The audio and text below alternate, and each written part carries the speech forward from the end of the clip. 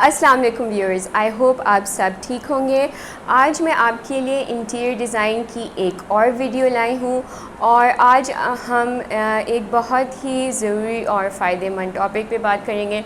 और अक्सर हम नहीं देखते इस पे वीडियोस क्योंकि हम सोचते हैं कि इस कमरे को कोई ख़ास तरीके से नहीं डिज़ाइन करना चाहिए, लेकिन आजकल बहुत जदीद डिज़ाइंस और आइडियाज़ आए हैं लॉन्ड्री रूम्स के डिज़ाइन के लिए। तो इस वीडियो में मैं आपको बहुत ही यूज़फुल और एलिगेंट लॉन्ड्री रूम के डिज़ाइन आइडियाज़ दिखाऊंगी। तो सबसे पहले हमें अपने लेआउट को ऑप्टिमाइज़ करना चाहिए।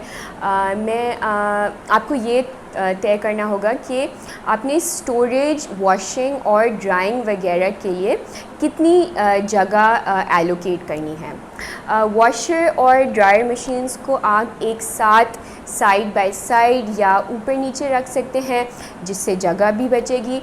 या तो अगर जगह अलाउ करें, आप दोनों वॉशिंग और ड्रायर मशीन्स को ऊपर एक हाइट पे प्लेस करें, जहां एक शेल्फ़ बन सकती है कंक्रीट में मशीन्स के वेट को हैंडल करने के लिए। और इससे ये फ़ायदा होगा कि आपको नीचे बैठ के ज़मीन पे क्राउच करके ड्रायर वॉशिंग मशीन से कपड़े नहीं निकालने पड़ेंगे और शायद आपके लिए ओवरऑल लॉन्ड्री करना थोड़ा और आसान हो जाएगा। फिर नेक्स्ट शेल्विंग आ जाती है, जो क्लीनिंग प्रोडक्ट्स और लिक्विड्स वगैरह के लिए होती है। आप इन शेल्व्स को के किनारे को रेलिंग्स या लेजेस से सिक्योर कर सकते हैं, ताकि बॉटल्स या बॉक्सेस जो हैं वो गिरे ना शेल्फ से।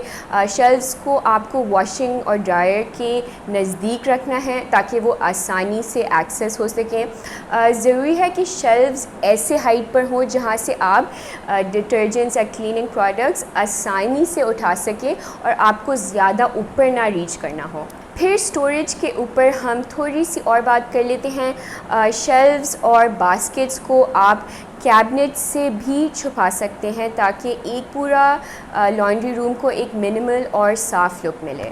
फिर लॉन्ड्री को अलग अलग तरह से सॉर्ट करने के लिए पुल आउट हैम्पर्स या बास्केट्स का भी आप इस्तेमाल कर सकते हैं। फिर हम बात करते हैं रोशनी पर।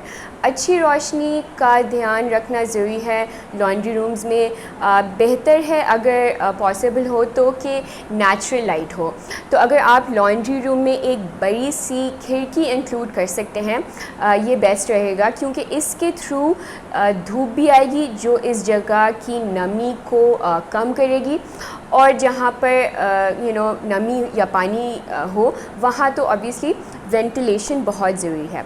फिर लाइटिंग में टास्क लाइटिंग भी होनी चाहिए। टास्क लाइटिंग उसको कहते हैं जो डायरेक्टली उस जगह पर पड़ रही होती है जहाँ आप कोई हाथ से काम कर रहे हैं, जैसे कि किचन्स में कैबिनेट्स के नीचे, काउंटर्स के ऊपर टास्क लाइटिंग ज़रूरी होती है। इसी तरह आपको लॉन्ड्री रूम्स में भी टास्क लाइटिंग लाजमी देनी है। फिर हम लॉन्ड्री रूम के फ्लोरिंग पे बात कर लेते हैं, क्योंकि ये ज़रूरी है कि जो भी आप टाइल चूज़ करें वो मज़बूत हो और साफ़ करने में आसान हो। हम जो आपको पर्सनली रेकमेंड करेंगे वो हैं सेरामिक या पोर्सलिन टाइल्स, जो वाटर रेजिस्टेंट होती हैं और इनके कलर्स भी फेड नहीं होते पानी से कुछ टाइम के बाद।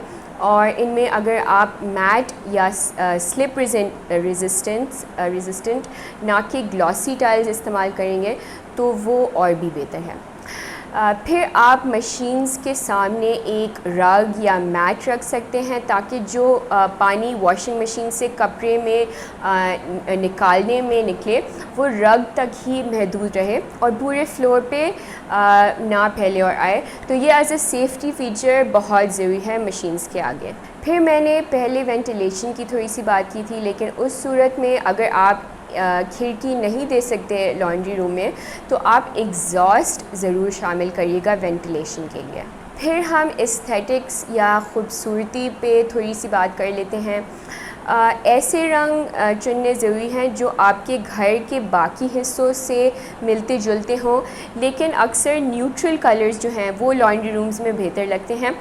सप्लाइज़ रखने के लिए डेकोरेटिव बास्केट्स, जार्स या कंटेनर्स का आप इस्तेमाल कर सकते हैं, जो एस्थेटिक्स में इजाफ़ा करते हैं। फिर आप एक फ़्रेश माहौल बनाने के लिए इंडोर प्लांट्स भी शामिल कर सकते हैं। अगर आप इस कमरे को ऑब्वियसली ज़्यादा ख़ूबसूरत बनाएंगे तो आपके लिए शायद लॉन्ड्री करना थोड़ा और आसान हो जाएगा। फिर मैं कुछ ऐसे पॉइंट्स बताना चाहती हूँ आपको जो ज़रूरी नहीं है, लेकिन इससे आपके लिए आसानी ज़्यादा होगी लॉन्ड्री करने में। पहला आइडिया जो है वो कपड़ों को भिगाने के हवाले से है। कभी कभी ऐसे कपड़े होते हैं जिनमें गहरे धब्बे पड़ जाते हैं, तो उनके लिए आप एक गहरा या डीप हैंड सिंक का यूज़ कर सकते हैं, जो कि बहुत ही कन्वीनियंट रहता है। एयर ड्राइंग के लिए कपड़े सुखाने के लिए एक हैंगिंग रॉड या ड्राइंग रैक आप शामिल कर सकते हैं, लेकिन इसके अलावा भी बहुत क्रिएटिव आइडियाज़ होते हैं जिनमें आप एक रिट्रैक्टेबल या पुल आउट क्लोथ्स लाइन भी यूज़ कर सकते हैं। दूसरा आइडिया ये है कि आप हर चीज़ को कैबिनेट्री में फ़्लश कर दें, या तक जो मशीन्स हैं उनको भी कैबिनेट्री के अंदर इनबिल्ट कर दें।